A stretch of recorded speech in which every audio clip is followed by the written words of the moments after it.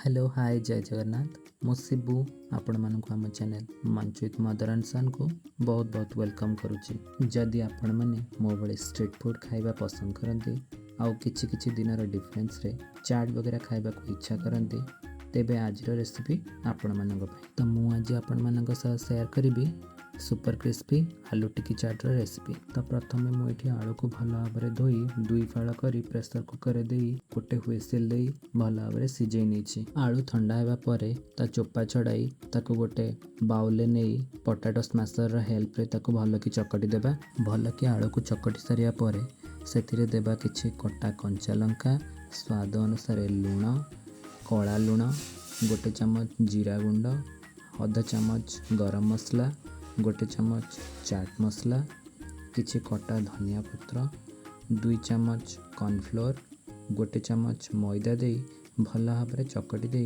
गोटे dough type बनईदेबा। तापर से किछि पोर्शन नहीं ताकू एपरी गोल गोल करी हाथ साहाय्य चापी टिक्कीर शेप दे ताकू कॉर्नफ्लोर रे कोटिंग करी 10 ରୁ 15 मिनिट रेस्ट देबा।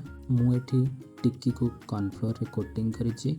आपण चाहिए कॉर्नफ्लोर डस्टिंग भी करें। से सेम प्रोसेस को फॉलो करी सबू आलू चकटारे टिक्की प्रस्तुत करी कॉर्नफ्लोर कोटिंग दे बने नहीं। एबे हमर सबू टिक्की जांक रेडी हो जाइए। एबे आमे आकु 10 ରୁ 15 मिनिट रेस्ट देबा। तापर गोटे कढ़ई रे तेल दे ताकू गरम होगा को छाड़ी देबा।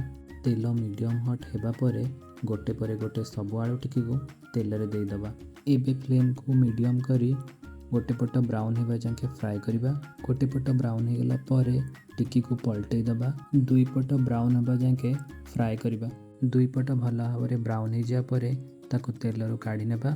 एबे गोटे सर्विंग प्लेट नहीं से प्रस्तुत होगा टिक्की को दे चामच साहाय्य ताको टिके चापी नेबा।